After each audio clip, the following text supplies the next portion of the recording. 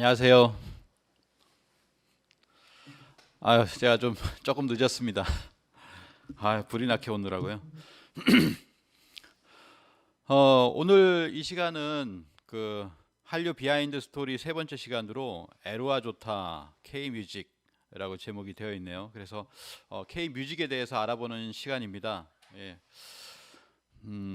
사실 제가 그 2019년까지는 이제 해외에 좀 나갔었어요. 그래서 이제 독일에 갔을 때도 이제 BTS 팬들을 위해서 BTS의 그 노래 가사 그리고 철학 이런 것들을 좀 해석해 주는, 그리고 그거를 한국 문화와 이렇게 결부시켜 주는 그런 강연을 했었습니다. 그래서 굉장히 뭐 좋은 호응도 많이 있고 했었고요. 뭐 예전에 말씀드렸지만 이제 그 한류 팬들이 이제 BTS만 관심이 있는 게 아니라 한국 자체에 이렇게 관심이 많습니다. 그래서 크로아티아를 갔을 때는 그 한류 팬들이 이제 저에게 이제 알려달라고 했던 것이 이제 태극입니다. 태극기에 대해서 알려달라라고 해서 그때 당시에 이제 태극기에 관해서 한 40분 정도 이야기를 한 경우가 있었습니다. 그래서 지금은 많은 사람들이 뭐 1억 한류 팬이라고 하잖아요. 전 세계 많은 사람들이 BTS뿐만 아니라 이제 한국에 대해서 관심을 많이 가지고 있다라고 하는 걸 많이 느끼게 됩니다. 그래서 이런 어떤 한류 케이팝이 어떻게 지금까지 오게 되었나를 뭐 몇 가지 루트를 통해서 한번 역사를 한번 알아보도록 할게요. 먼저는 근현대부터, 이제 근현대라고 하면 좀 그렇죠. 현대부터 알아보도록 하겠습니다. 이제 BTS가 이제 미국에 뭐 미국 침공이다 뭐 이런 얘기까지는 이제 썼었는데요. 그것의 이제 시작을 뭐 이렇게 푸시는 분이 있어요. 이게 한류 스타의 원조 걸그룹은 김 시스터즈다.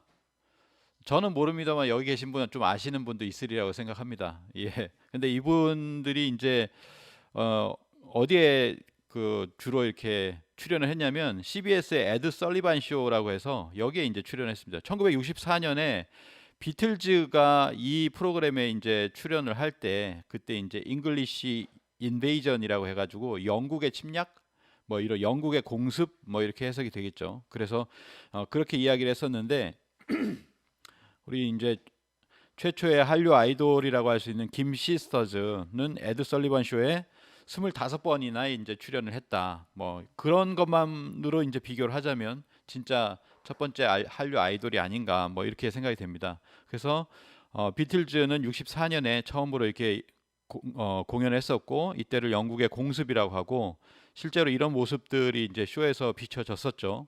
뭐 영상을 보면 좋겠지만 영상을 보면 이 저작권 문제가 있기 때문에 그래서 이렇게 좀 넘어가는 걸 양해 바랍니다. 그래서 이제 똑같은 어떤 연출을 에드 설리반 쇼에서 이렇게 보여줬습니다. 이게 벌써 한 2년 전인가 그래요. 그래서 이때를 비틀즈처럼 미국을 사로잡은 BTS의 인베이전이다. 뭐 이렇게 이야기도 했습니다. 급하게 달려오는 바람에 물 좀 한 잔 마시고 가겠습니다.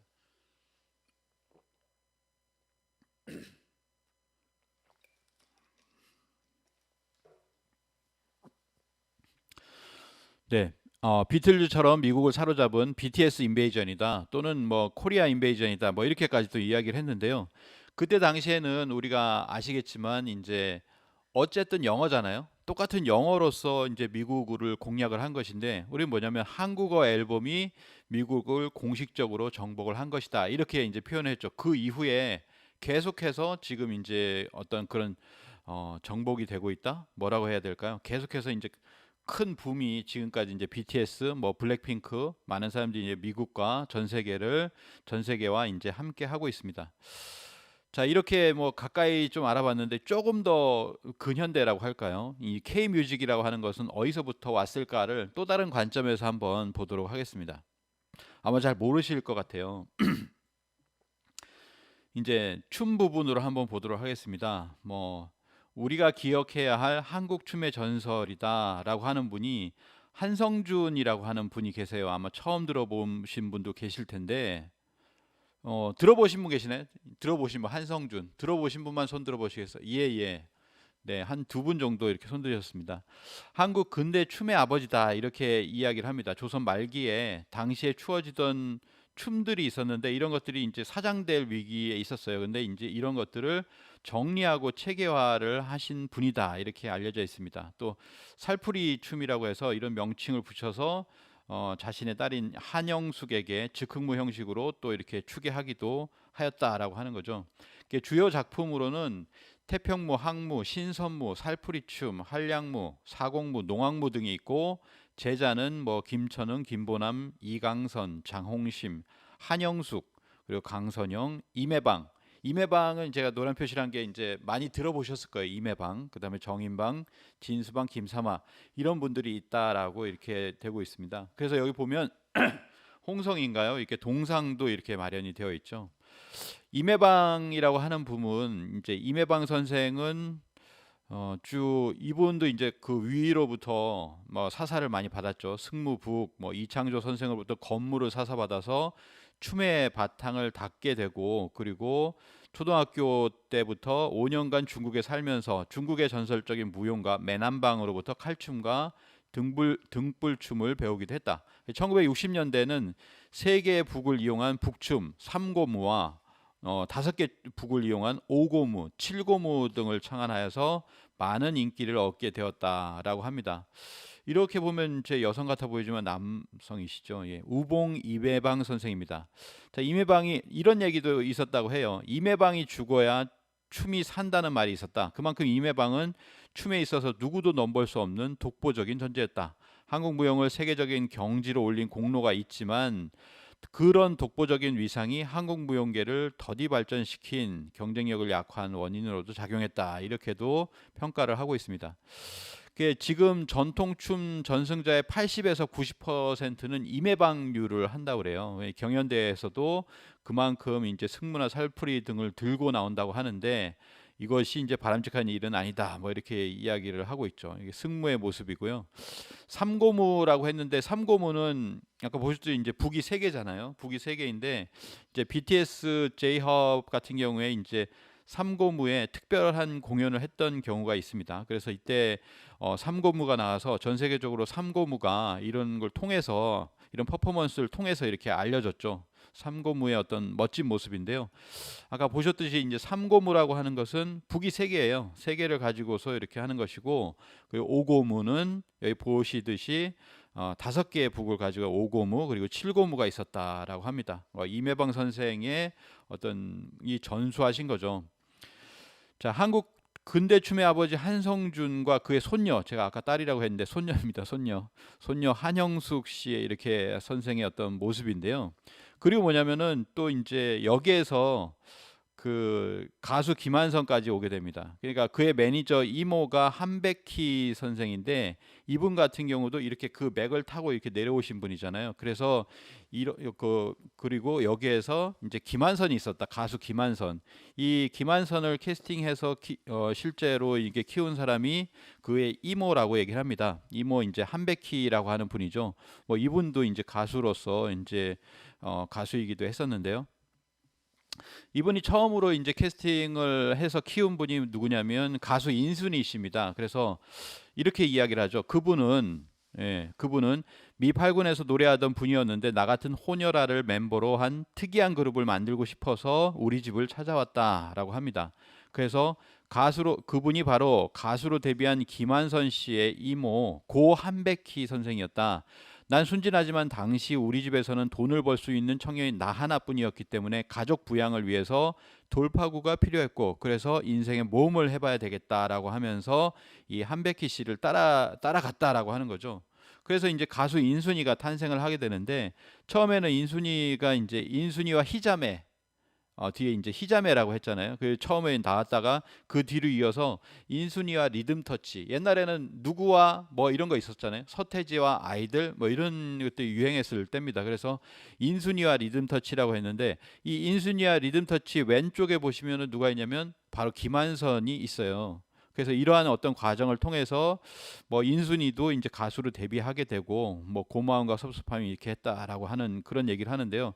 1978년에 이 한백희 씨는 인순이를 희자매로 데뷔시킨 후에 김한선, 이준호, 박철우를 발굴하여 혹독하게 트레이닝을 시켰다. 그러니까 이제 어떤 그 연습생 트레이닝 시스템을 가져온 것이 이 한백희 선생이다. 김한선은 한국 가요계에서 최초의 연습생이며 1983년 14살의 나이에 발탁되었다. 한백희는 희자매가 해체되자 인순이를 솔로로 전향시키면서 인순이와 리듬터치라고 하는 백댄서 팀을 구성하고, 이 백댄서 팀에 바로 김한선도 있었잖아요.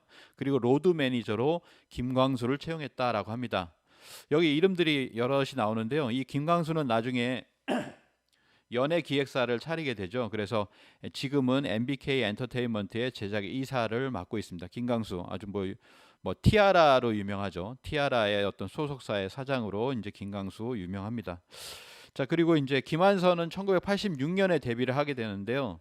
이제 그가 나오기 전까지 가수 앞에 댄스 가수나 댄스 그룹과 같은 수식이 붙지 않았다. 댄스 음악이란 말도 통용되지 않았었는데, 이 김한선이 나오면서 댄스 가수라는 용어가 상용화되기 시작했다. 이게 댄스 전문 가수, 이게 과감한 율동 뭐 이런 것들이 있었다라고 하는 거죠. 뭐 노래도 잘 부르는데요. 댄싱 퀸으로 이제 승격시켜 주었다. 뭐 이렇게 이야기를 합니다. 이 댄스 팀에서 이게 백업 댄서로 했던 분 중에 한 분이, 이분도 이렇게 백업 댄서를 잠시 했었다라고 해요. 그래서 이제 좀 뭐 재밌어서. 한창 잘 나가던 1981년, 이건 이제 이수만 이야기입니다. 이수만이 이제 엔터테인먼트를 하기 전에 가수였잖아요. 가수였는데 1981년에 돌연 이제 연예 활동을 중단하고 캘리포니아 주립대로 유학을 떠나서 석사학위를 받고 귀국을 하게 되는데요. 그 이수만은 이제 미국에서 이제 이런 걸 봤다고 하죠. MTV의 열기, 그리고 수많은 신인들을 키우는 시스템, 스타 발굴하여서 샅샅이 뒤지는 기획자 프로덕션, 뭐 이런 음반사의 시스템 같은 것들을 보았다라고 얘기를 합니다. 그래서 사업가이자 프로듀서로서 인생이 시작된 분기점이 되었다라고 하는데, 그럼 어떻게 이제 김한선과 이렇게 연결이 되냐면, 김한선이 이제 연습생 시절에 이모의 집이 있는 도봉구의 4층 건물에서 아무도 만나지 못하고 연습만 죽어라 했다. 그게 이제 지금의 어떤 연습생과 같잖아요. 오전엔 노래 연습, 점심에는 음악 공부, 저녁에는 춤 공부, 뭐 이렇게 했죠. 그렇게 해가지고 7년 동안, 그러니까 7년 연습생을 했다고 보여지죠. 근데 이제 감금된 생활을 했다. 어느 누구도 만날 수가 없었다. 이렇게 이야기를 합니다. 그리고 이제 김한서 이렇게 이야기를 하는데요.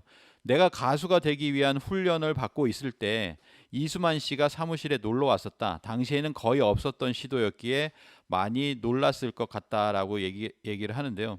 그러니까 1981년부터 해서 5년간 그 미국에 유학을 갔다 와서 그 시스템이나 이런 걸 보고 왔지만, 실제로 한국적인 그런 어떤 연습을 하고 연습생의 어떤 모습, 이런 것들은 김한선에게서 보고서 처음으로 이게 충격을 받지 않았나. 뭐 이건 김한선 씨의 얘기입니다. 그래서 이수만 씨가 찾아왔을 때 그런 연습생으로서의 연습을 하고 있는 그런 모습이 이제 보여지면서 아마 이수만에게도 어떤 영감이 주어지지 않았을까라고 생각을 합니다. 그래서 이수만 같은 경우에는 이태원의 클럽에서, 이때 굉장히 유명한 클럽이죠. 문나이트라고 하는 클럽이 있었는데, 거기에서 DJ를 하는 최진열을 고용하고, 그 다음에 최진열은 이준호와 현진영을 찾아서 이제 이수만에게 소개를 했는데, 이수만이 이제 현진영을 채택을 했죠. 그래서 현진영을 발탁을 해서 1988년에 현진영이 이제 나이가 16살이었는데 이제 데뷔를 시키게 되는 거죠. 그래서 이제 현진영을 처음으로 이제 데뷔를 시킵니다. 그리고 이수만은 미국인 트레이너를 고용해서, 그러니까 뭐 이수만 자체가 뭐 댄스를 하는 사람은 아니잖아요. 그래서 트레이너를 고용해서 현진영에게 힙합과 댄스를 가르치게 했다. 이런 어떤 시스템 자체를 가져왔다는 거죠. 그래서 최진열은 SM 기획의 경영과 매니지먼트를 맡기고, 홍종화에게는 프로듀서를 담당하게 해서 1989년에 송파에서 SM 기획을 창립하게 된다라고 해서, 창립할 때 바로 현진영 하나를 끼고 이제 했었죠. 그래서 우리가 잘 알고 있는 1992년에 흐린 기억 속의 그대라고 하는 노래 아시나요? 예, 예. 그래서 이런 노래가 나왔습니다. 이게 그때 당시에 12주 연속 1위를 했다고 해요. 그 정도로 굉장히 했었고, 저도 이제 대학교 때였는데 굉장히 이렇게 좋아했습니다. 막 그 학교 가서도 막 이렇게, 대학교지만 학교 가서 막 틀고 그랬어요.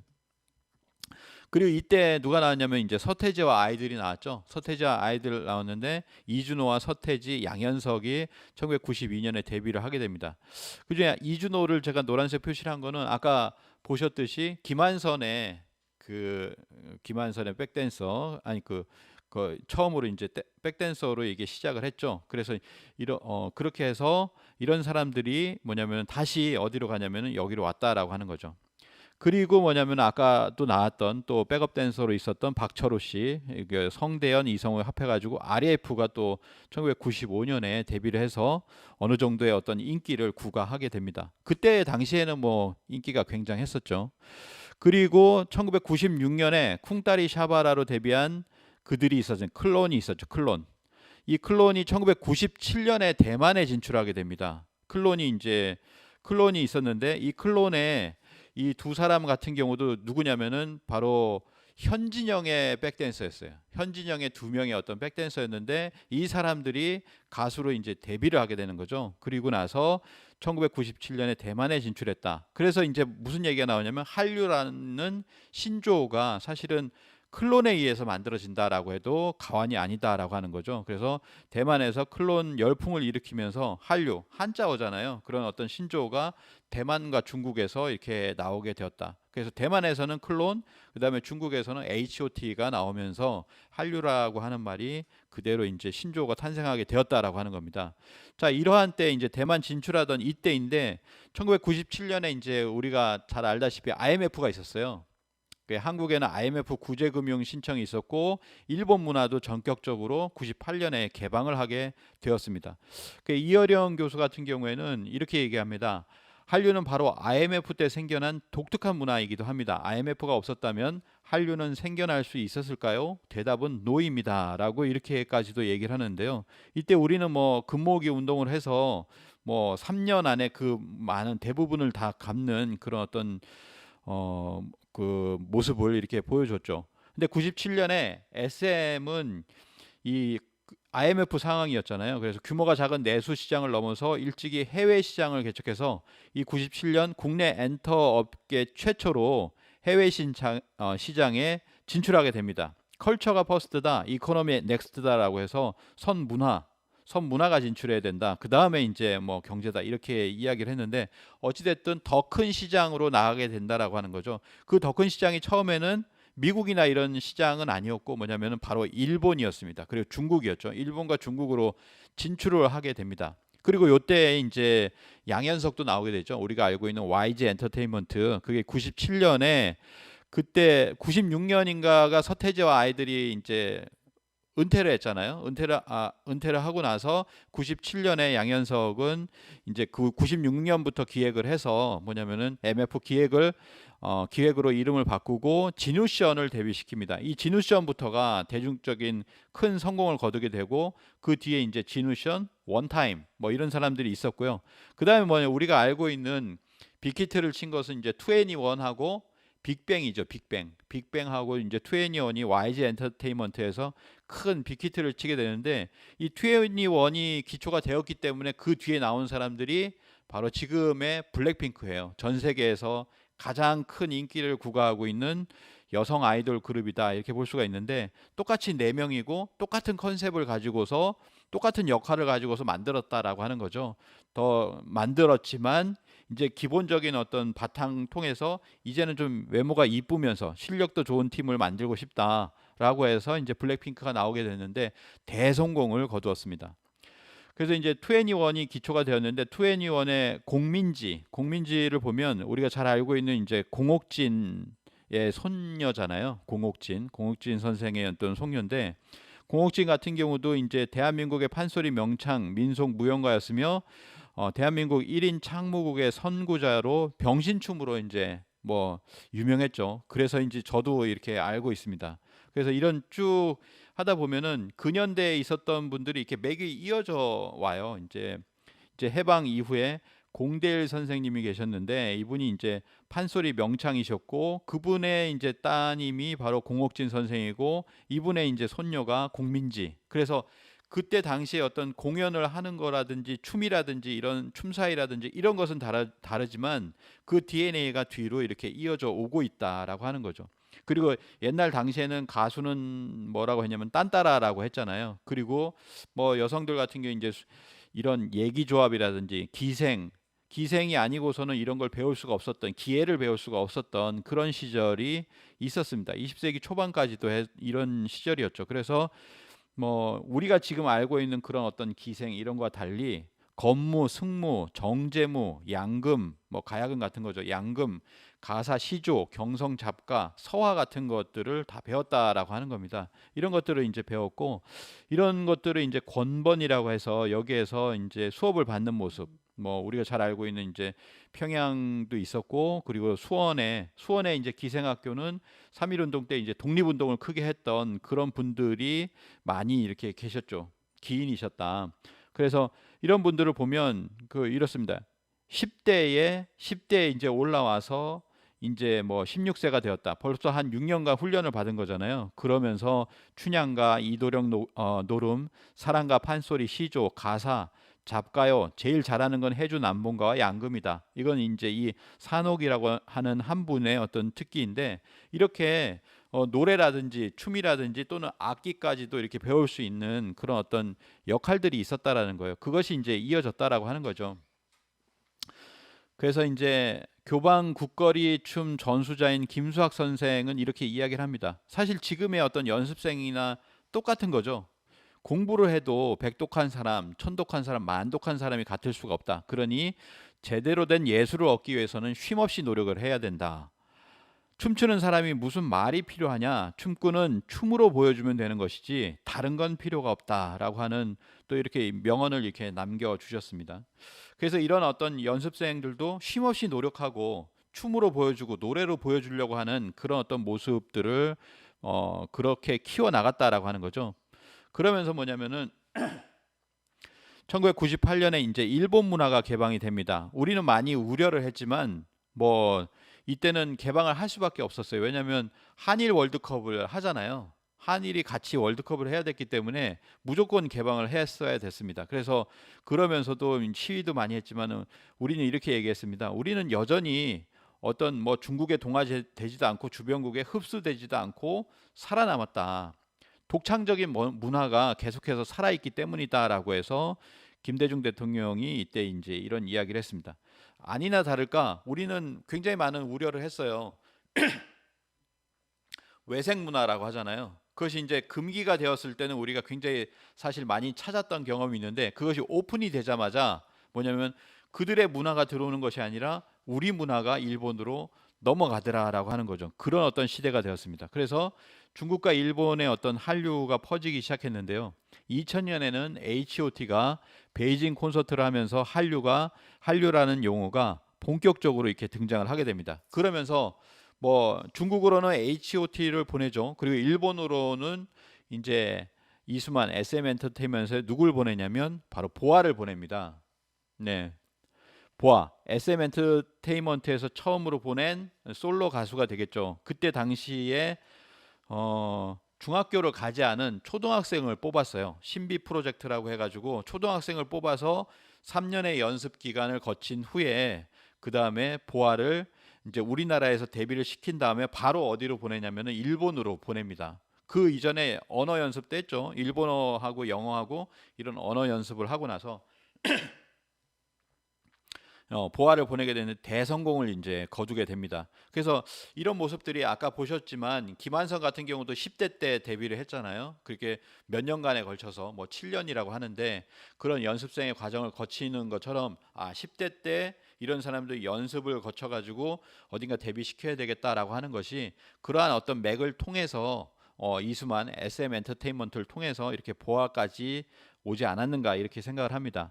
그리고 2002년에 한일 월드컵이 있고 그다음에 2002년 KBS에서 겨울 연가가 방영이 되고 2003년에 NHK에서 겨울 연가가 방영이 되면서 드라마 한류와 그다음에 그 밑으로는 이제 보아의 어떤 그 K-팝 한류가 같이 넘어가게 되는 거죠. 그러면서 2003년에 누가 나오냐면 동방신기가 나옵니다. 뭐 SM에서 아주 체계적으로 한 명씩 한 명씩 이렇게 내보냈나 봐요. 그래서 동방신기가 나오게 돼서 동방신기는 5명의 5인조 동방신기 굉장했잖아요. 엄청났는데 이제 2008년에 해체되기까지는 5명이었고 이 뒤로는 이제 2명의 동방신기 그다음에 JYJ로 이렇게 분리가 이렇게 되게 되는데요. 어찌됐든 동방신기 같은 경우도 일본과 그리고 아시아에서 큰 인기를 이렇게 얻게 됩니다.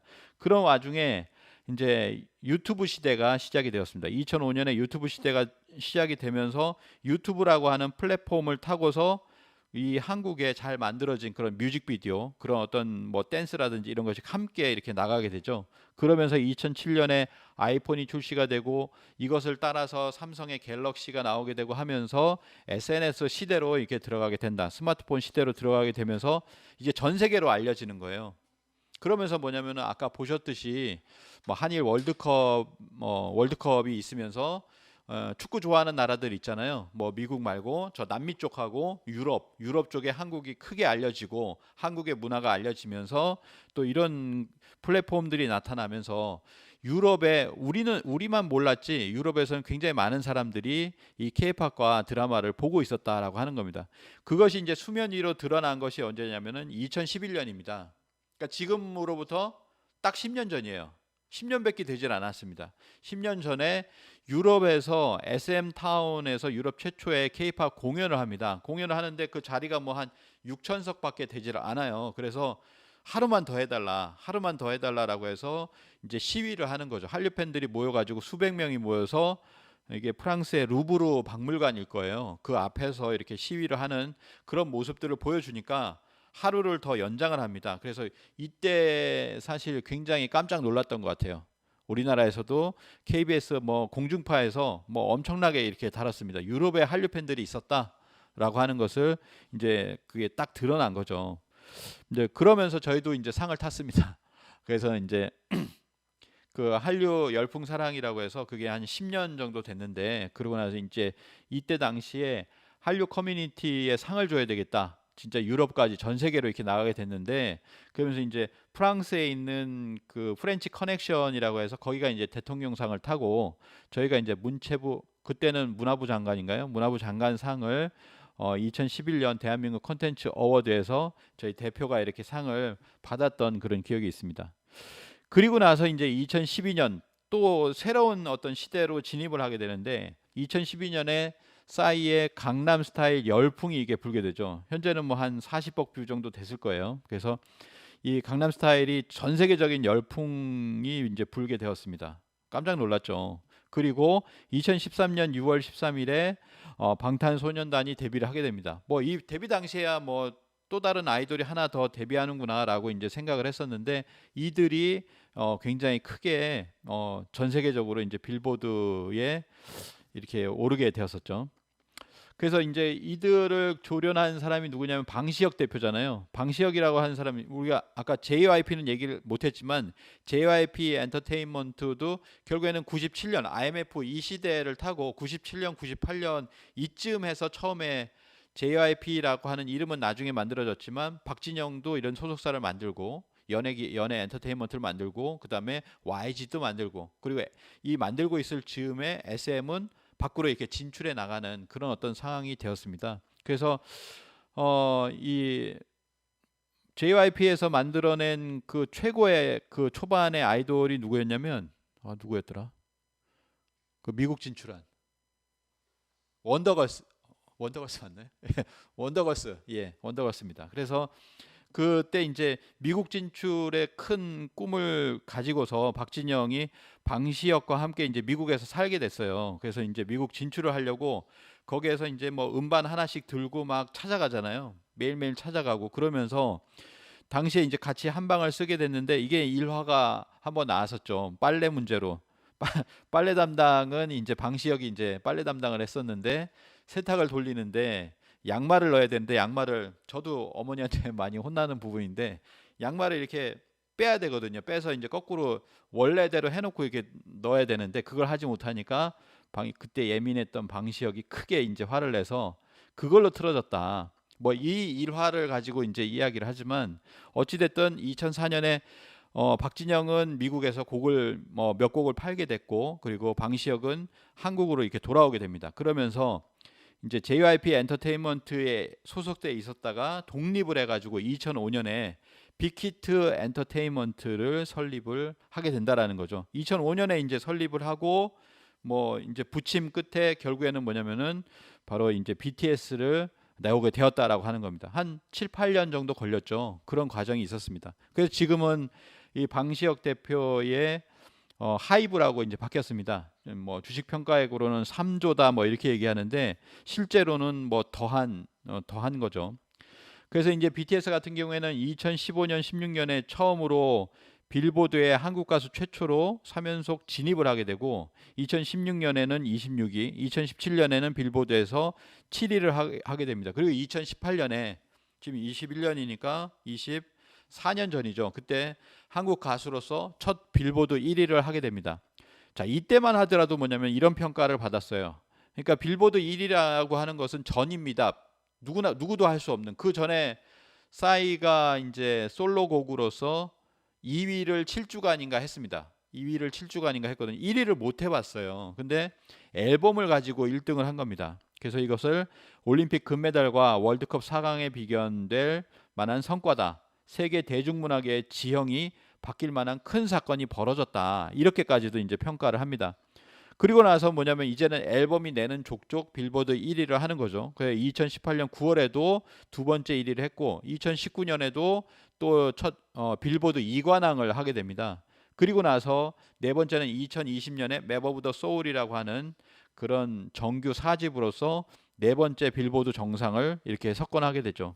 물론 그 이전부터 아까 처음에 말씀드렸지만 비틀즈, BTS 비슷하잖아요. 그래서 비틀즈보다 더 대단한 성취를 했다. 처음에는 이 말에 굉장히 이렇게 부끄러워했죠. 그렇지만 지금은 이것이 이제 당연하다 이렇게 생각할 정도로 굉장한 지금 위치에 있다라고 하는 겁니다. 그래서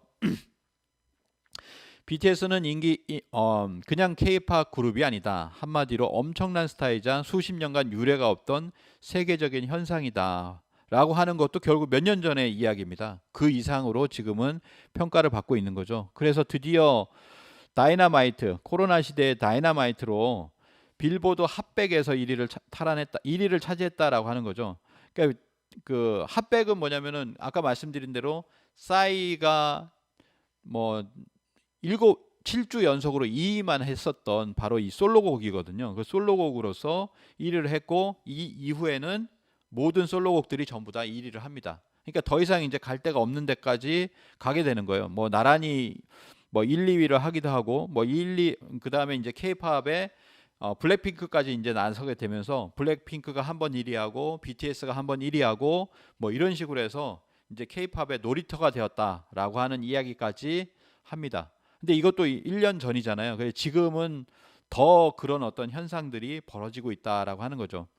그래서 이렇게 이야기를 했습니다. 한국경제연구원에서는 BTS의 어떤 활동부터 이제 1923년까지의 경제적 효과가 56조다. 뭐 이렇게까지도 이제 내다보고 있다라고 하는 거죠. 이런 BTS가 사실 우리의 어떤 전통 음악이라고 할까요? 전통 국악이라고 할까? 이런 거에 어떤 지능에도 굉장히 도움을 많이 줬다라고 볼 수가 있는데, 뭐 특히 뭐 이렇게 데치타라고 하는 노래가 있어요. 예, 데치타라고 하는 노래가 있는데 계속 데치타만 얘기하는 거죠. 데치타, 데치타 이렇게 하는 노래가 있습니다. 모르시는 분 한번 들어보시면 굉장히 좋은 노래인데요. 자, 이 노래가 이제 데치타를 알리게 됐잖아요. 데치타라고 하는 것은 관악기와 타악기로 편성되어 왕 또는 귀인의 행차, 군대 행진에서 연주된 굴레악이었는데 이것이 또 이제 알려졌죠. 탈춤도 알려지고 이들의 어떤 공연 퍼포먼스 때 탈춤을 하니까 또 전 세계적으로 탈춤을 이렇게 주목을 이렇게 하게 됩니다. 또 지민 같은 경우 부채춤을 췄잖아요. 그래서 부채춤에 대해서도 그 전에도 뭐 부채춤 많이 알려졌지만 지민을 통해서 더 많이 이제 부채춤도 이렇게 알려지게 되었다라고 하는 거죠. 그리고 뭐 아이돌이라고 한 노래 그 이후에도 이제 한복을 많이 입고 이렇게 노래를 불렀습니다. 그리고 이제 아까 처음에 보셨던 삼고무, 제이홉 같은 경우 이제 3고무를 쳤다라고 하는 거죠. 그래서 이러한 어떤 뭐 BTS뿐만 아니라 뭐 이런 아이돌 그룹들이 우리의 어떤 전통과 이렇게 융합이 되었을 때 우리의 어떤 전통 문화, 전통 국악이라든지 오래된 K 뮤직이라고 볼 수 있겠죠. 이런 것도 함께 나가게 되었다라고 하는 겁니다. 자, 음악 프로그램에 대해서 잠깐 보도록 하겠습니다. 사실 노래에 대해서 진심인 민족, 뭐 진심이란 말을 많이 하잖아요. 진심인 민족이 바로 우리다라고 하는데, 그러니까 우리가 그래서 노래에 관한 프로그램도 굉장히 많이 만들어요. 우리가 수입한 프로그램은 보이스 코리아라고 해서 이게 목소리 듣고 알아내는 그 보이스 코리아 외에는 수입한 프로그램이 없습니다. 거의가 뭐냐면은 우리가 수출한 프로그램이에요. 복면가왕. 이것도 보면 이제 국제 포맷 시상식에서 이제 1위를 하게 되는데 영국에서도 이런 복면가왕이 있었고 미국에서 뭐 보신 적 있으신지 모르겠지만 이 복면가왕이 했었죠. 근데 우리나라 같은 경우에 복면가왕에 일반인도 많이 출연하고 노래 잘하는 사람이 너무 많으니까 계속해서 이제 바뀌어 나가는 그런 어떤 포맷이었는데 미국이나 다른 나라는 조금 바뀌었습니다. 같은 사람 뭐 이렇게 가면 조금 하는 방식이 좀 다르다. 그다음에 이제 MBC 이게 노르웨이 뭐 이런 나라들 다 나갔다는 거예요. 뭐 브라질도 있고 이런 뭐 나갔고요. 그다음에 너먹보라고 합니다. 너의 목소리가 보여라고 하는 프로그램인데 이것도 이제 미국에서 그대로 가져갔죠. 그래서 23개국에 이 너의 목소리가 보여도 판매가 지금 되어 있는 그런 상황이라고 합니다. 굉장히 이제 재밌는 프로그램이죠. 뭐 히든 싱어라든지 이런 굉장히 많은 음악 프로그램들이 있어요. 뭐 밴드 프로그램, 뭐 랩을 하는 프로그램, 그러면 고등학생들 랩하는 고등 래퍼, 뭐 이런 식으로 계층별로 해서 뭐 지금은 트로트까지 모든 그런 프로그램도 굉장히 많잖아요. 그러면서 이제 댄싱만 하는 댄싱 프로그램도 있고, 그래서 이제 오디션 프로그램도 굉장히 많고, 그래서 우리나라에 이렇게 노래에 관련된 그런 프로그램, 음악 프로그램이 굉장히 홍수를 이루고 있고 장르도 굉장히 굉장하다라고 하는 것을 알 수가 있습니다. 어떻게 보면 전 세계에서 굉장히 노래, 댄스 이런 거 굉장히 앞서 나가고 있다라고 하는 거죠. 이러한 어떤 K 뮤직이라고 할까? 이것의 DNA가 과연 어디서 나왔느냐? 그래서 이것은 분명히 DNA가 있을 것이라고 생각을 합니다. 그래서 K 뮤직의 어떤 역사를 한번 저 고대로 가서 한번 알아보도록 하겠습니다. 자, 후한서에 보면 이런 얘기들이 많이 나오는데 왜 그러냐면 중국에서 봤을 때는 굉장히 신기하다는 거예요. 자신들하고 다르다라고 하는 거죠. 그런 어떤 동이족의 모습인데 이 동이족들은 술을 마시고 노래하며 춤추기를 좋아한다. 이게 동이열전 서문에 나옵니다. 서문부터 나온다는 건 뭐냐면 이게 동이족 전체의 어떤 특징이라는 거예요. 그 다음에 부여조에 보면 길에 사람이 밤낮 없이 다니는데 노래하기를 좋아해서 노래 소리가 끊이지 않는다라고 합니다. 그리고 고구려조에 보면 그 풍속은 모두 깨끗한 것을 좋아하는데 밤에는 남녀가 떼지어 노래 부른다라고 합니다. 밤에는 밤에는 그리고 맨 처음에 보시면은 음주가무라고 하잖아요. 우리가 알고 있는 음주가무라고 하는 것이 과거로부터 우리는 그런 민족이었기 때문에 그렇게 지금도 뭐 독주 세계 1위라고 합니다. 가장 독한 술 마시는데도 이제 세계 1위고 그리고 뭐 술 뭐 이런 것도 대단하죠. 그런 거와 더불어서 노래하고 춤추기를 예로부터 이렇게 좋아했다는 거죠. 그래서 중국의 이런 많은 학자들이 쉬랑즈, 서량지, 뭐 허광해 뭐 이런 사람들이 중국 문화는 동이다. 원래는 동이다 이렇게까지도 지금 얘기를 하는데요. 대만의 석학 서량지 교수는 중국 사전사화에서 이렇게 얘기합니다. 동이족의 음악 교육이 중국 역사가 시작되기 전부터 그 이름이 높았다. 중국의 역사가 시작되기 이전부터 뭐냐면 동이족의 그 음악 교육이 그 명성이 높았다라고 하는 거예요. 예, 그 정도였다라고 하는 거죠. 그리고 뭐냐면은 이러한 어떤 노래를 부르고 춤추는 어떤 그런 문화가 뭐냐면은 그 선행하는 것이 뭐냐면 천재다. 그래서 항상 5월이면 농사일을 마치고 귀신에게 제사를 지낸다. 이렇게 이제 동의열전에 이렇게 나와 있는데 하늘의 천재를 지내는 거죠. 그리고 또 마을별로는 고사를 지내고요. 그래서 밤낮 술자리를 베풀어서 모여서 노래하고 춤춘다. 그리고 10월에 농사를 끝낸 후에도 이와 같이 모여서 제를 지내고 바로 밤낮 술자리를 베풀어서 모여서 노래하고 춤춘다라고 하는 거죠. 그래서 천재 문화가 있었다라고 하는 겁니다. 항상 천재 문화가 먼저 선행했다. 그래서 그 천재 문화의 원형이 이제 5,500년 전에 이 잘 알고 계시듯이 우아량촌에서 이 천재문화의 원형이 이제 나오게 됩니다. 천원지방 천재문화가 나왔죠. 그래서 우아량의 원형재단을 복원을 해보면은 이렇게 하늘에 계신 우주의 통치자 삼신상제님께 제를 지내는 어떤 삼신단의 어떤 모습을 이렇게 보여주고 있습니다. 이러한 것이 또 어디로 오냐면 우리가 잘 알고 있는 강화도 마리산의 참성단으로 오게 됩니다. 그래서 지금으로부터 BCE 2283년에 단군 왕건께서 마리산에 제천단을 쌓게 하시니 지금의 참성단이 바로 그것이다 라고 하는 참성단을 쌓고 그리고 천재를 올리는 이런 천재 문화가 있었다라고 하는 겁니다. 그래서 우리가 알고 있는 천재 문화, 제천 문화가 이제 단군 조선에 있었고 그리고 고구려의 동맹, 부여의 영고, 그리고 동해의 무천, 무천이라고 하는 용어만 보더라도 이게 춤출 무자가 들어가잖아요. 마찬가지로 이 모든 것이 다 제천 의식이다. 해마다 10월이면 삼신상제님께 천재를 올리고 함께 어울려 춤추고 노래하며 하나가 되는 그런 의식을 행했다라고 합니다. 그래서 그런 의식들의 뭐 유물들이 여러 가지가 이제 나오게 되는데요. 대전 월평동의 양이두라고 하는데 한번 보도록 하겠습니다. 자, 6세기에 보면 대전 월평동에서 양이두가 출토를 합니다. 자, 양이두가 뭘까요? 양이라고 하는 것이 뭐냐면 양의 귀입니다. 양의 귀. 그래서 양이두는 이제 위쪽에 보면 양이두인데요. 그거를 원형을 복원한 것이 뭐냐면 그 현악기죠. 현악기. 양이두는 양의 귀 머리 모양을 뜻하는 것으로 신라금의 매우 큰 특징이다. 뭐 이렇게 이제 김성희 교수는 신라금이라고 얘기를 했어요. 그래서 검은고나 중국, 일본의 금에서는 볼 수 없는 형태다. 근데 이제 또 대전 월평동의 유적이라고 하는 것이 백제 시대에 만들어진 군사 방어용 관방 유적이니까 이 양이두는 그 지하 창고에서 발견이 되었으므로 웅진 백제 기간에 6세기 후반에서 7세기 초의 것이다라고 해서 백제 것이다. 이렇게도 이제 얘기를 합니다. 신라금이냐 백제금이냐 그것은 어떤 논란이 있지만 결국에는 뭐냐면은 이러한 어떤 현악기가 출토가 되었다라고 하는 거죠. 독특한. 그다음에 뭐냐면 광주 신창동에서도 현악기가 발굴이 되었습니다. 신창동 주변에 초기 철기 시대와 마한 시대 유적인 것으로 보이는데 1세기에서 2세기 경에 아까보다는 좀 더 빠르죠. 그래서 현악기도 더 오래됐습니다. 현악기가 이렇게 오래됐고요. 그래서 또 국보 195에 또 장경호라고 하는 이런 그 뭐 항아리 같은 토기가 있는데요. 거기에 그 문양이 이제 그려져 있죠. 흙으로 이렇게 붙여놨는데 여기 보면 신라금을 연주하는 신라토우가 있다. 뭔가 연주하는 현악기를 연주하는 어떤 모습이잖아요. 그래서 그건 신라금이라고 이렇게 이야기를 합니다. 또 고구려 벽화를 보면 5, 6세기에 지어진 지반현 퉁구의 고분 가운데 무용총이 있는데요. 여기에 보면 이런 어떤 검은고를 연주하는 장면들이 그려져 있습니다. 검은고. 그래서 이 검은고라든지 가야금, 신라금과 같은 현악기를 또 노래했다.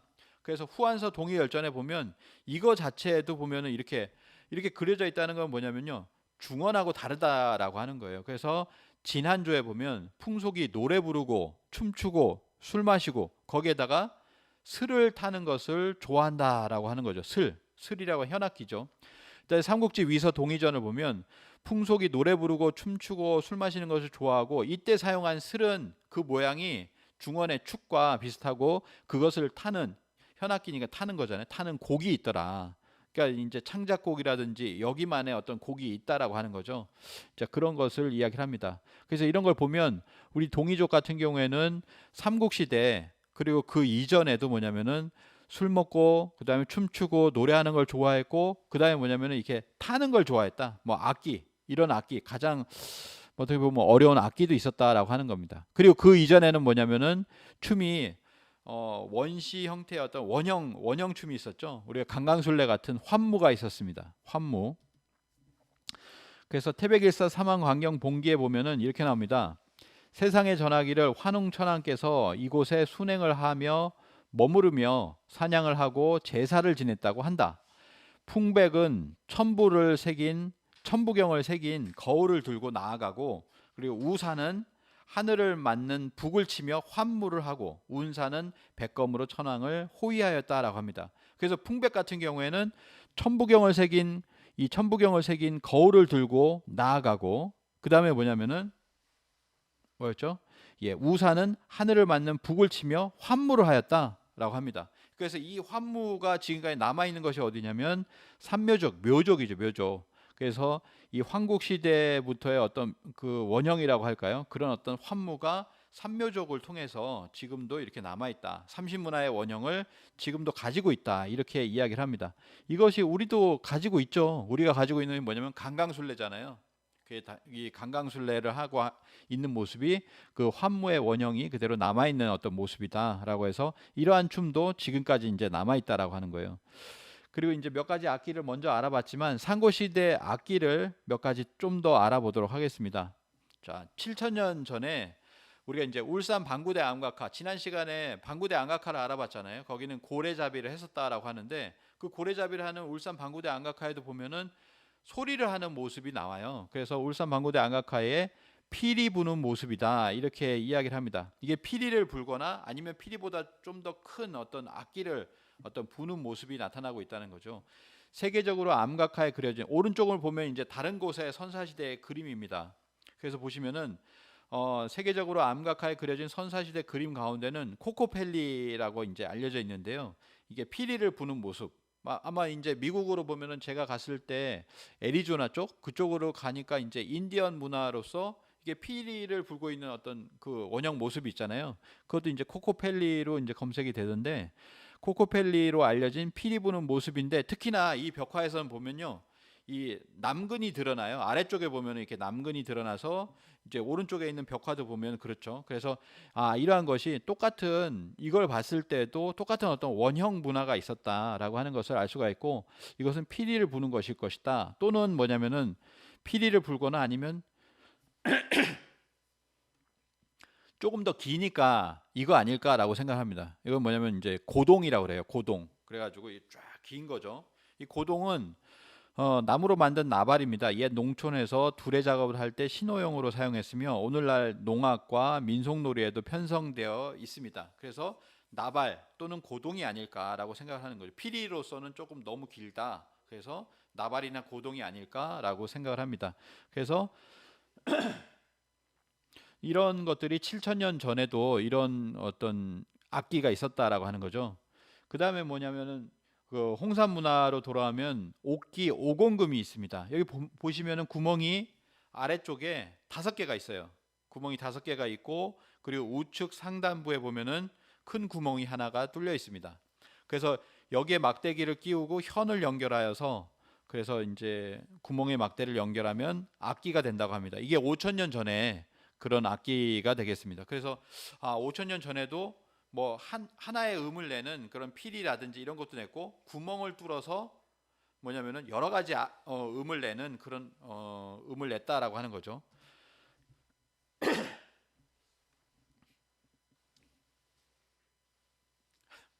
물 한 잔 마시고 가겠습니다.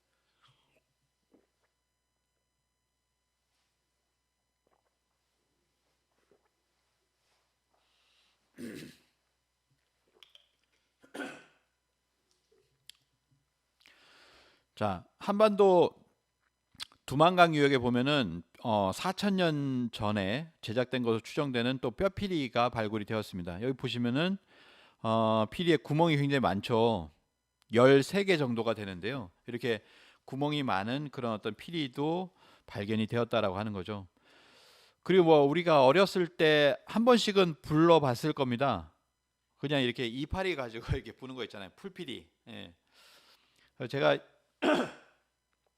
국악박물관에 가니까 풀피리도 이렇게 나와 있어서 참 뭐 굉장히 인상 깊었습니다. 풀피리는 뭐 나뭇잎으로 한 번씩 이게 불어보는 거잖아요. 입에 대고 이렇게 진동을 시켜서 그래서 이런 풀들은 뭐 여러 가지 풀들을 사용할 수 있는데 뭔가 이렇게 예로부터 옛날 사람들도 이런 뭐 음악이 있었다라고 하는 거죠. 그래서 7천 년 전에도 그런 음악 피리 같은 음악이 있었고 5천 년 전에도 구멍을 뚫은 그런 것이 있었고 그리고 과거 사람들도 뭐 풀만 가지고도 이렇게 음악 소리를 내지 않았을까라고 생각을 하는 겁니다. 자, 이제 단군 조선으로 본격적으로 한번 들어와 보도록 하겠습니다. 단군 조선에는 몇 가지만 살펴보면요. 그 단군 조선의 애국가라고 하는 어화가가 있습니다. 아까 어화가 트셨나요? 트지 않았죠? 예, 예. 자, 어화가는 단군세기 2세 부르단군 때 그때 굉장히 많이 이제 어화가가 많이 불렸어요. 어화지악이라고 해가지고 어화 배달국 배달국의 아들 딸이여 모두 백백천천 영세토록 잊지 못하리오다. 뭐 이런 가사를 가지고 있고요. 상제님의 큰 대조신이라고 합니다. 상제님의 큰 은덕을 우리 배달민족은 영세토록 잊지 못하겠습니다라고 하는 이 어화가의 어떤 그 핵심적인 구절이라고 할 수가 있는데요. 이것이 이 어화가의 그 구절이 그대로 내려옵니다. 그 대한제국 애국가에서도 보면 상제는 우리 황제를 도우소서. 이게 1902년인가요? 그때 이제 대한제국 애국가를 만들게 되는데 애국가의 제목은 뭐냐면 상제는 우리 황제를 도우셔서 무광하사 뭐 상같이 받으시고 뭐 이렇게 해가지고 상제는 우리 황제를 도우소서. 그리고 마무리도 뭐냐면은 상제는 우리 황제를 도우소서라고 해서 대한제국 애국가도 같은 어떤 의미를 가지고 있다라고 볼 수가 있겠습니다. 그래서 이제 개벽지 1호에 보면 1920년에 이제 천도교에서 개벽지를 발간을 하잖아요.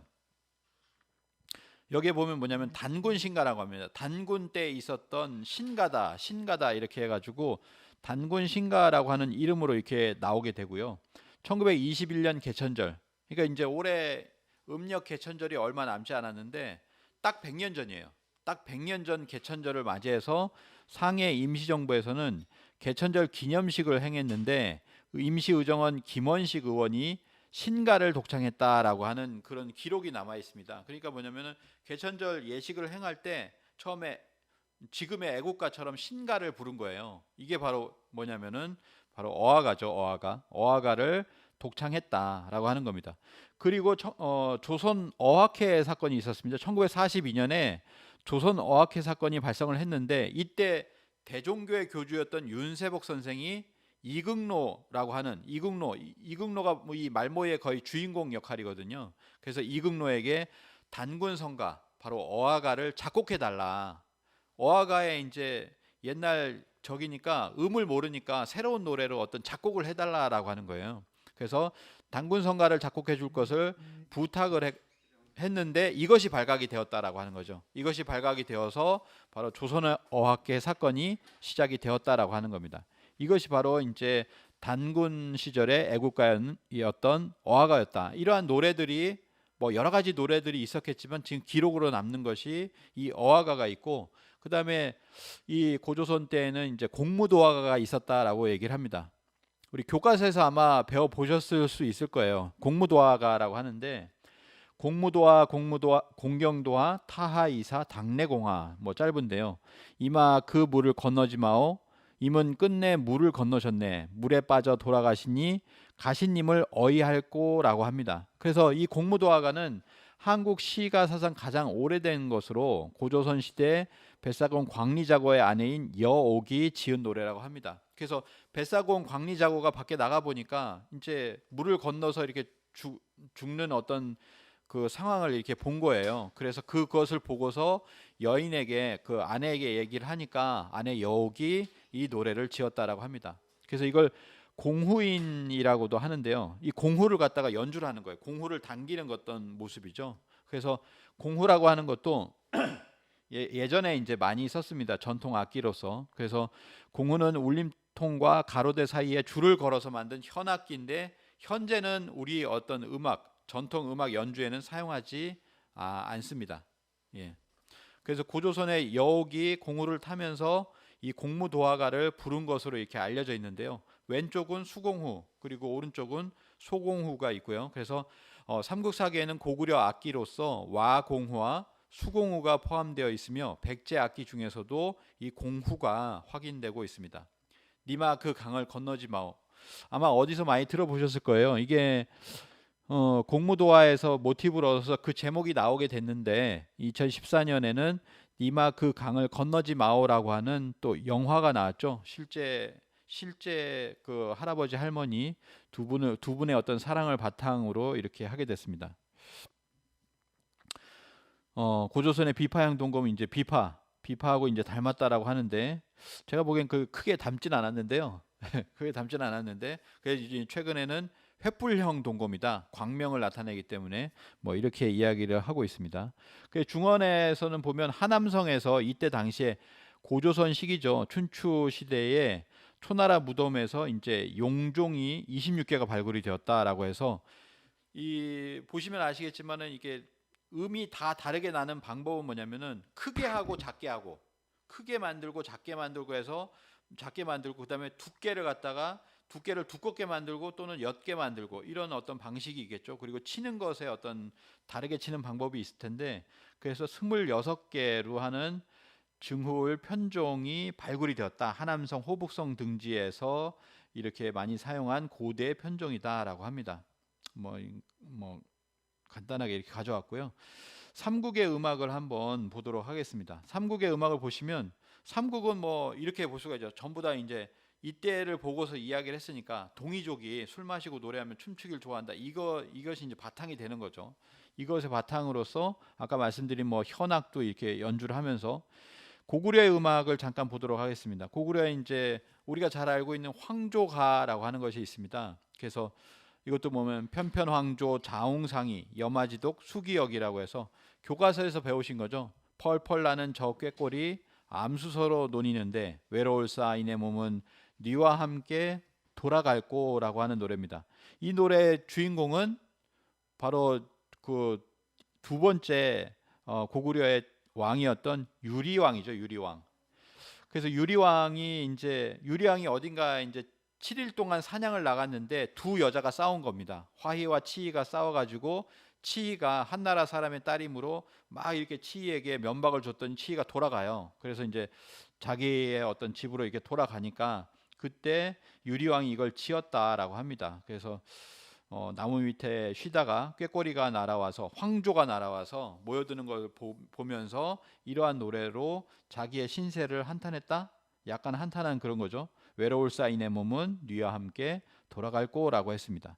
그리고 고구려 벽화에 이제 가장 유명한 건데요. 뭐 케이팝의 DNA는 여기서 나왔다. 뭐 이런 식으로 많이 얘기를 합니다. 그래서 고구려 벽화에 보면은 이렇게 집단 군무를 하는 장면이 나오는데 그걸 확대를 해서 보면 위쪽에서는 군무를 추고 있어요. 뭐 하나 둘 셋 넷 다 뭐 지어진 것까지 한 7명이라고 얘기를 하는데 위에도 이렇게 군무를 추고 있고 한 사람은 외딴 곳에서 연습을 하고 있잖아요. 그래서 좀 잘 못하는 사람을 따로 연습을 시키거나 이런 모습이 되겠죠. 그다음에 아래쪽에 보면은 아래는 노래를 하는 사람들입니다. 그래서 7명이 있잖아요. 7명이 있는데 그 7명의 노래를 하는 가수들은 굉장히 좀 어려 보이죠. 그러니까 10대 때부터 이렇게 키워 나간다는 거예요. 노래를 하는 또는 가무를 하는 그런 사람으로서 키워 나가는 것이고 그 앞에 보면은 이제 말을 타고 있는 사람이 있습니다. 이 사람이 뭐냐면 그런 대표죠. 감독이고 편집자고 이거를 전체를 이끌어 나가는 어떤 감독, 음악 감독, 뭐 안무 감독 이런 역할을 하는 사람들이 아닐까라고 생각합니다. 그래서 뭐냐면은 이러한 어떤 우리의 어떤 DNA가 있어서 지금의 케이팝이 나오게 되었다라고 하는 거죠. 고구려는 이런 악기들이 많이 있었습니다. 삼실총에 완함도라고 하는데 완함이라는 악기를 연주하는 그런 것이 있었고요. 오해분 벽화에는 요고를 연주하는 가운데가 이제 요고거든요. 가운데에 있는 신선이 하고 있는 장고인데 요걸 요고라고 합니다. 그래서 고구려 오해분 벽화의 그림 속으로만 존재했다라고 하는데 이게 이제 세종시를 발굴하면서 충남 영기군 나성리 유적에서 백제시대 요고가 발견이 되었습니다. 5세기 후반으로 추정이 되는데요. 동아시아에서 가장 이른 시기에 요고의 실물이 나왔다. 뭐 이렇게 이야기를 합니다. 그리고 이런 고구려의 노래도 이제 일본으로 넘어가요. 일본에서도 일본으로 넘어가서 유행을 하게 되는데 뭐 이런 것 지금도 이렇게 공연을 하고 있죠. 고마카쿠 고려악이라고 합니다. 고려라는 건 고구려를 뜻합니다. 그래서 고구려 악이다. 그 연주곡 중에서 그런 연주를 하는 걸 보고서 한 분은 이렇게 얘기합니다. 고대 한반도의 음악이 일본에 전해지고 있다는 사실이 놀랍다. 이렇게 고구려 악은 그 고마카쿠라고 하는 장르로 남아서 오늘 직접 연주를 들으니 가슴이 먹먹한 느낌이다. 선율 하나도 놓치지 않고 들었다. 아주 훌륭한 연주였다. 뭐 이렇게 이야기를 합니다. 그래서 지금도 일본에서는 이런 어떤 고구려 악이 남아 있다라고 하는 거죠. 그리고 뭐냐면은 고구려의 가장 유명한 호선무라고 합니다. 당시에 국제적으로 대유행을 한 어떤 춤이다라고 하는 거죠. 그래서 신당서에 보면 이렇게 나옵니다. 고구려의 춤은 호선무인데 바람처럼 빠르게 돈다. 1000번을 돌고 10,000번을 돌며 그칠 줄을 모른다. 호소녀는 본래 강거 땅에서 왔다. 뭐 이렇게 이야기를 합니다. 그래서 감수성의 막고구를 보면은 여기에 이제 호선무를 하고 있는 춤을 추고 있는 모습들이 그려져 있고, 지금 인도에 가면요, 인도에서 고구려를 만나다 다큐를 보면 고구려 춤인 호선무가 그대로 남아 있어요. 예, 그것을 이제 그려놓고 있는 거죠. 그래서 보면은 계속 도는 겁니다. 이게 영상을 보시면 1000번, 10,000번, 1000번 돌고 10,000번 돌며 그칠 줄을 모른다라고 하는 것이 이제 인도에서 이렇게 남아 있다라고 하는 거죠. 그리고 또 하나는 뭐냐면 이슬람의 신비주의 수행 단체인 수피에서도 이제 세마춤이라고 하는데요. 이게 한쪽으로 끊임없이 돌아가는 회오리 춤인데 이것도 고구려의 호선무와 굉장히 유사하다, 닮아 있다라고 하는 것을 이야기를 합니다. 이거는 뭐 이제 이슬람에서는 오랜 춤 속에서 신과 하나 되기를 바라는 그런 의식이다라고 하는데, 고구려도 뭐 그런 의식을 가지고 있었는지는 모르겠습니다. 그다음에 이거 고구려의 어떤 음악이 그대로 발해로 이어지죠. 발해의 악기 좀 뭐 달라졌을 텐데, 발해로 보면은 발해에서도 발해금이 있었다. 뭐 그리고 공후도 있고 비파도 있었다. 그리고 발해 일본에서는 발해 사신을 위해서 고구려 악을 연주했다. 고구려의 어떤 후손이기 때문에.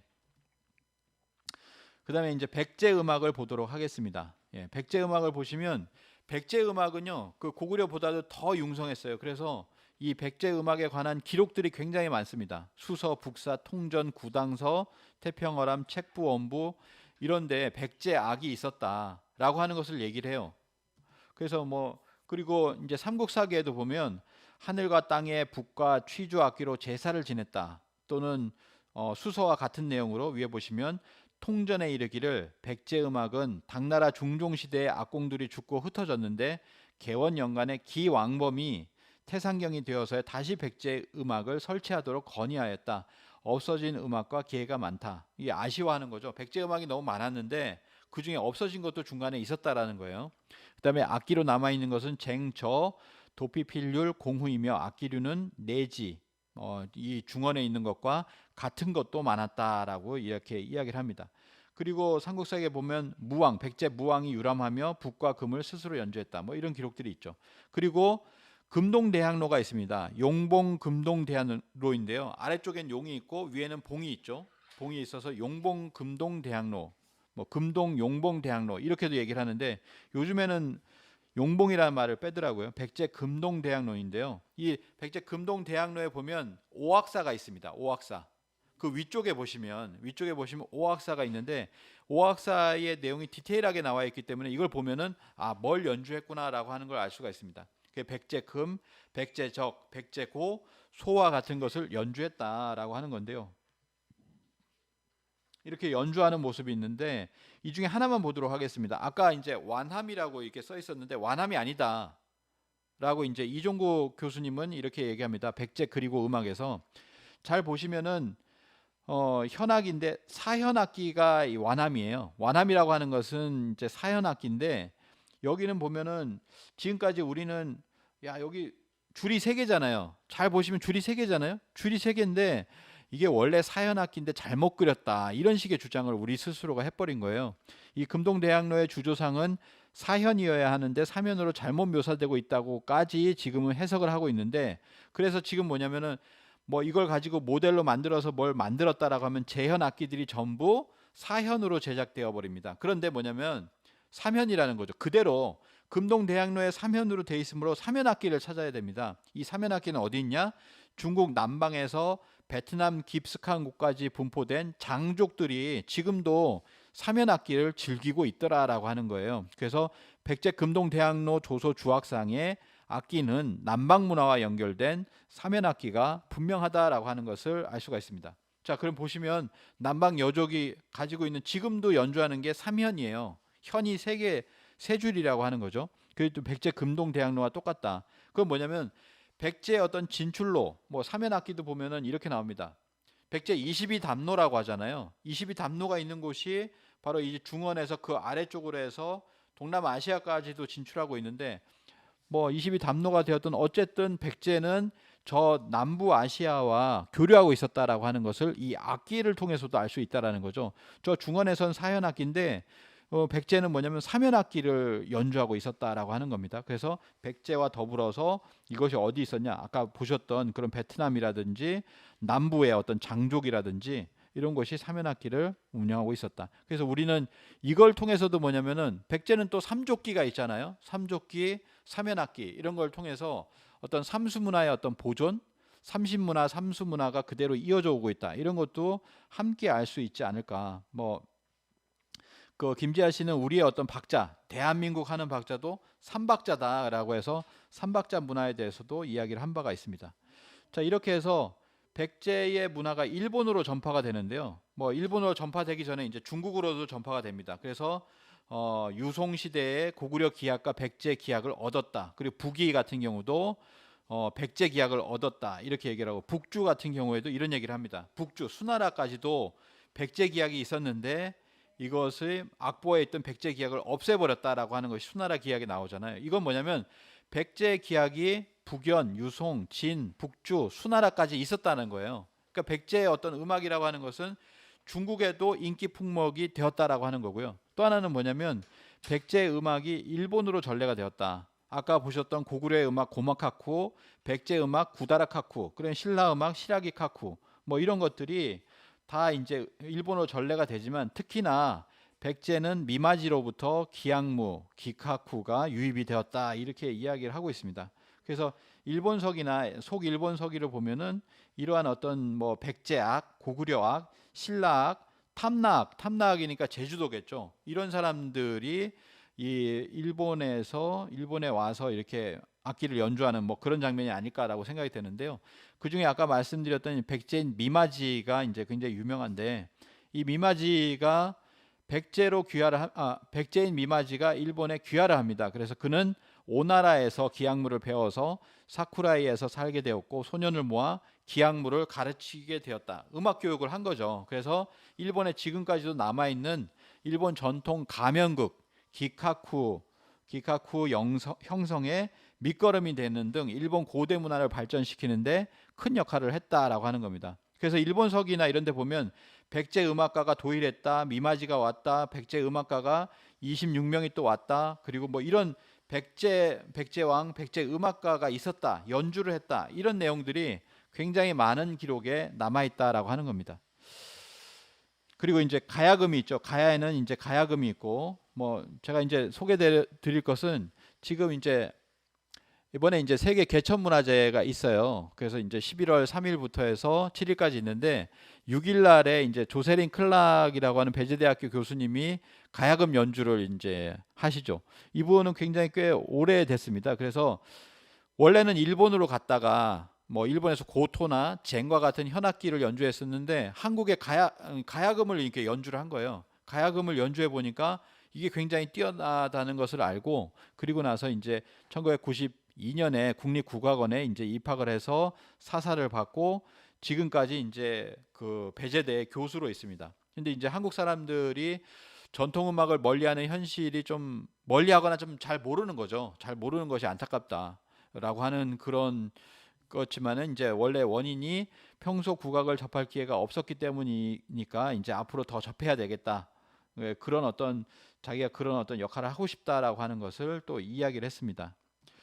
그리고 이제 판소리가 있는데요. 판소리는 예전에 이제 판소리를 연출했었던 프라이어 감독이 있습니다. 유명한 오페라 연출 감독인데요. 아힘 프라이어라고 하는데 이분도 이렇게 얘기를 했어요. 한국은 세계적으로 알려질 훌륭한 전통 문화 자산을 많이 가지고 있는데 이를 발전시키려는 노력이 부족하다. 판소리가 한국인에게 두루 사랑받는 장르가 된 후에야 세계화도 가능할 것이다. 이렇게 얘기했는데 이제 판소리가 사실은 세계에도 많은 관심을 가진 사람들이 굉장히 많아지고 있죠. 그러면서 최근에 프랑스인 소리꾼 로르 마포라고 하는 분이 있습니다. 한국 이름으로 소율 씨인데 이분 같은 경우도 이제 2015년에 주 프랑스 한국문화원에서 판소리 이수자에게서 그 공연을 관람을 하고 나서 관심을 갖게 돼서 2년 동안 돈을 모아서 판소리 공부를 위해서 한국에 왔고 지금은 한예종 한국예술 종합학교에 들어갔습니다. 그래서 판소리를 익히고 있고 우리 소리를 알리고 있다. 판소리를 알리고 있죠. 그래서 이분도 이번에 이제 세계 개천 문화제 11월 6일에 이제 여기에 오셔가지고 이게 공연을 하게 됩니다. 그래서 특히나 그날이 이제 한류 가족의 날이기 때문에 특히나 이제 외국인들이 많이 이제 초빙이 된 거죠. 또 뭐 판소리를 연구하는 사람은 파란 눈의 판소리 연구가 안나 예이치라고 해서 서울대 음대 교수도 있습니다. 이분도 2013년 영국 런던에 있었던 한국문화원에서 판소리 공연을 접하다가 입덕했다. 이게 본인 스스로 뭐 입덕이라고 얘기하는데요. 첫눈에 반했다기보다는 나도 모르게 스며들듯이 빠졌다. 적벽가 중에서 몇 대목의 판소리 표현력에 매료됐다. 지금도 이분도 이제 배우고 있어서 나는 소리꾼이 아니다. 그냥 판소리 덕후로서 만족하면서 연구를 하겠다라고 했는데 서울대 음대 교수로 이렇게 있습니다. 그래서 이러한 분들이 뭐냐면 이렇게 뭐 문화원 같은 데서 판소리 공연을 하거나 아니면 뭐 이런 판소리들이 점점 더 알려지거나 뭐 이런 걸 바탕으로 해서 세계 사람들도 판소리에 관심을 가진다라고 하는 거죠. 우리가 뭐 잘 알고 있는 뭐 판소리에 나오는 우리의 그 뭐 그런 말 있잖아요. 이제 추임새, 얼쑤 좋다, 지화자 좋다, 뭐 이런 말들 있잖아요. 그런 말들도 뭐 한마디 추임새지만 우리의 어떤 추임새가 또 이렇게 함께 나가는 거죠. 우리가 이제 여기 무슨 노래였죠 이게? 그래서 BTS의 노래가 있는데 이 노래를 할 때 얼쑤 좋다 뭐 이런 또 추임새가 있으니까 프로듀서님이 보고서 얼쑤 좋다는 농담이지 이걸 넣겠다는 건 아니지 라고 했는데 들어보고 나서 그걸로 가자라고 해서 얼쑤 좋다가 이제 딱 들어간 노래가 있습니다. 그래서 리더인 김남준 같은 경우도 제가 어려서 판소리를 배웠는데 그것들이 자연스럽게 연결된 것 같다 이렇게 이야기를 합니다. 자, 끝났습니다.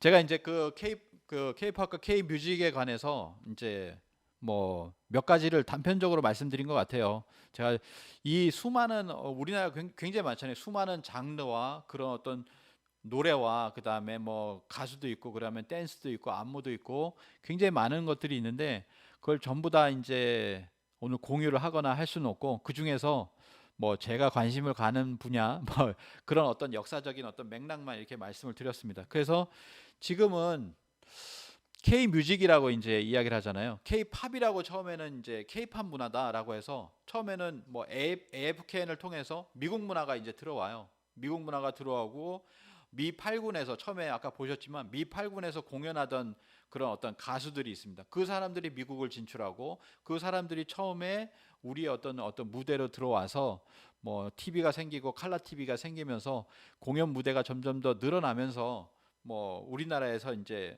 숙성되어 가지고 이제 뭐 IMF 때 전 세계로 나간 거잖아요. 그리고 그것이 유튜브나 플랫폼을 타고서 이렇게 성공을 하게 되었다.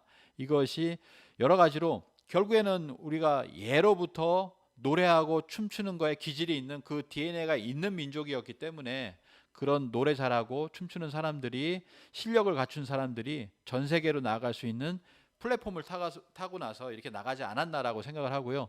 지금 그 정점에 있다라고 생각을 합니다. 그래서 이제는 K-팝이 아니라 K-뮤직이라고 하는 건 뭐냐면 장르, 음악에 관한 모든 어떤 장르들이 이 K-뮤직에 다 들어있거든요. 그래서 많은 장르들에서 전 세계와 함께 할 수 있는 것이 결국에는 이 음악이잖아요. 음악과 춤이잖아요. 그래서 이러한 걸 통해 가지고 전 세계가 하나 되는 그런 어떤 예약 문화 이것이 이제 나가고 있는 지금의 어떤 현상이다라고 이렇게 생각이 됩니다. 제가 오늘 뭐 준비한 거는 여기까지고요. 여기서 마치도록 하겠습니다. 예, 감사합니다.